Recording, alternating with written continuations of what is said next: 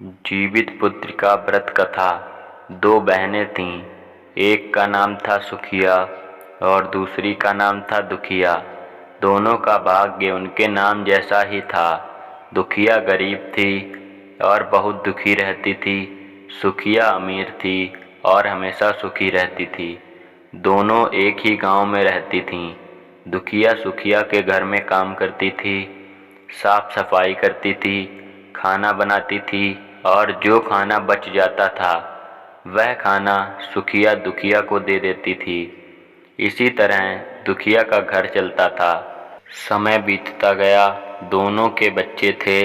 सुखिया को 2 पुत्र थे और दुखिया को भी 2 पुत्र थे। जब जितिया का व्रत आया तो दोनों बहन जितिया का व्रत रखी थी। दुखिया सुखिया के घर में काम करती थी। व्रत के दिन दुखिया ने सुखिया के घर जो चावल फटका, चावल को साफ करना, उससे जो खुर्दी निकला वह अपने लिए रख ली और साफ चावल सुखिया को दे दी। फिर साग को चुनी, पत्तियों को डंठल से अलग करना, बढ़िया वाला साग सुखिया के लिए रख दी और जो डंठल था वह अपने लिए रखी। अब दुखिया ने सुखिया के घर सारा खाना बना दिया और अपने घर चावल की खुर्दी और साग की डंठल लेकर गई बनाने के लिए। खुर्दी का चावल और साग की डंठल बनाकर वह खाना अपने बच्चों को खिलाई और खुद भी खाई। उसके बाद दुखिया सोने चली गई। आधी रात में एक बूढ़ी औरत उसके घर पर आकर दरवाज़ा खटखटाती है तो दुखिया पूछती है, कौन है? तब बूढ़ी बोलती है, बेटा हम हैं। दुखिया ने उठकर फाटक खोला और पूछती है, अम्मा आपको क्या चाहिए? इतनी रात में आप यहाँ किस लिए आई हो? बूढ़ी बोलती है, बेटा मुझे बहुत भूख लगी है, कुछ खाने को दे दो। दुखिया उसे घर के अंदर ले आती है और कहती है, हम लोग बहुत गरीब हैं, आज मैंने खुर्दी का चावल और साग की डंठल बनाया है, क्या आप खाएंगी? तो बूढ़ी कहती है, हाँ क्यों नहीं खाएंगे, हमें बहुत भूख लगी है, हम वही खाएंगे। दुखिया अंदर जाकर खुर्दी का चावल और साग की डंठल लाती है और बूढ़ी को देती है खाने के लिए। बूढ़ी खाना खाने के बाद कहती है कि मुझे अच्छे से कुछ दिखाई नहीं देता, इतनी रात के अंधेरे में मैं अपने घर कैसे जाऊंगी? तो दुखिया कहती है, कोई बात नहीं, आप यहीं पर सो जाइए, सुबह अपने घर चले जाना। तो बूढ़ी दुखिया के घर में ही सो जाती है। फिर थोड़ी देर बाद उठकर बूढ़ी बोलती है, बेटा मुझे दीर्घ शंका पैखाना लगी है, कहाँ करूँ? तो दुखिया कहती है, मेरे घर में बाथरूम नहीं है, इसलिए आप उधर कोने में कर लीजिए। बूढ़ी पूछती है कि बेटा बड़बड़ करें या छरछर करें? दुखिया नींद में थी तो वह कहती है, माताजी बड़बड़ कर दो, मैं सुबह साफ कर दूंगी। फिर थोड़ी देर बाद बूढ़ी पूछती है कि बेटा मैं अपने हाथ कहाँ साफ करूं? तो दुखिया कहती है, आप मेरे सर में अपने हाथ को साफ कर लीजिए। जब सुबह होती है तो दुखिया को यह सब सपने के जैसा लगता है कि सोते समय मुझे कोई सपना आया होगा। वह ज़्यादा कुछ नहीं सोचती और नदी में नहाने के लिए चली जाती है। जब वह नदी में नहाती है और अपने बाल धोती है तो उसके बालों से होते हुए जो पानी बहता है वह सोने का पानी होता है। आसपास की सभी महिलाएं यह देखकर चकित हो जाती हैं और कहती है कि तुम्हारे बालों से तो सोने का पानी गिर रहा है, क्या बात है? फिर उसे रात की सारी बात याद आती है। वह दौड़कर अपने घर की ओर भागती है।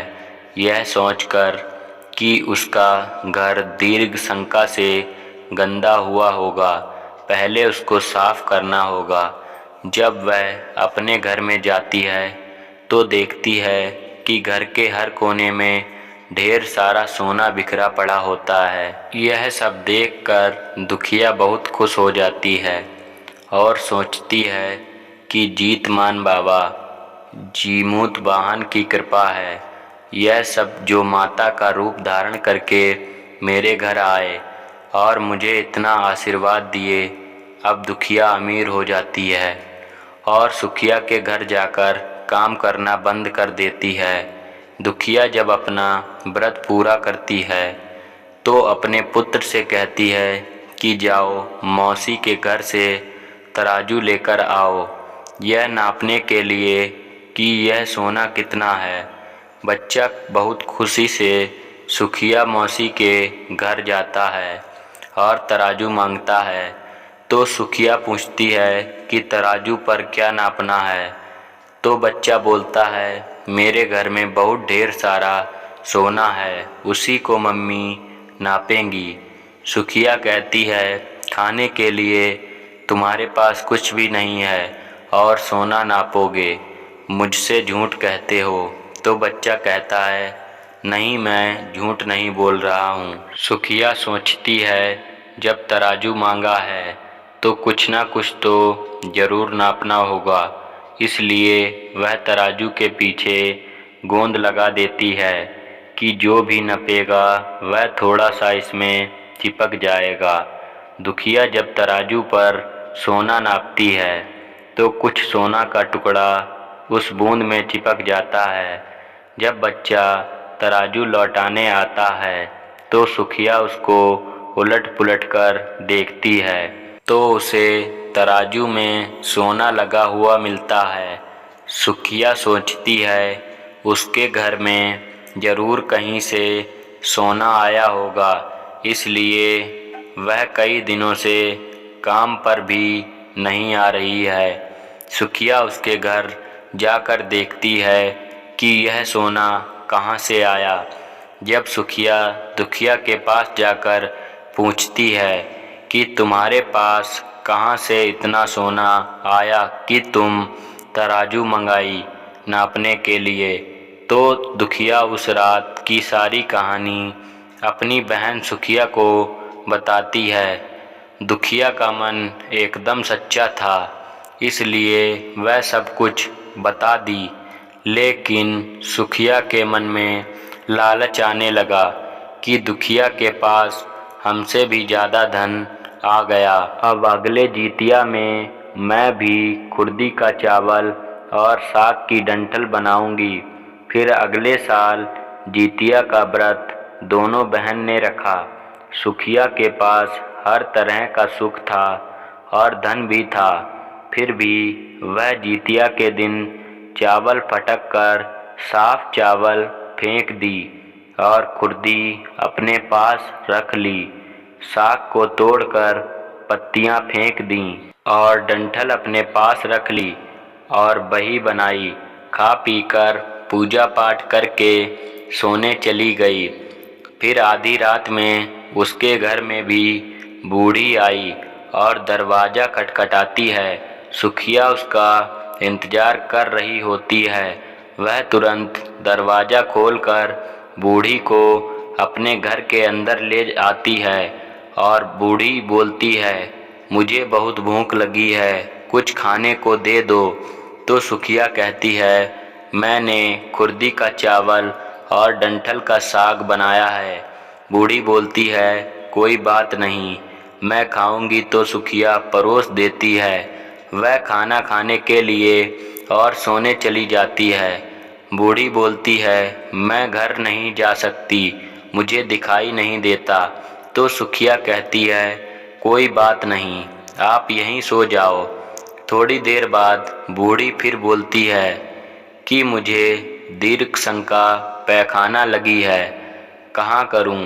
तो सुखिया कहती है, वहीं कोने में कर लीजिए।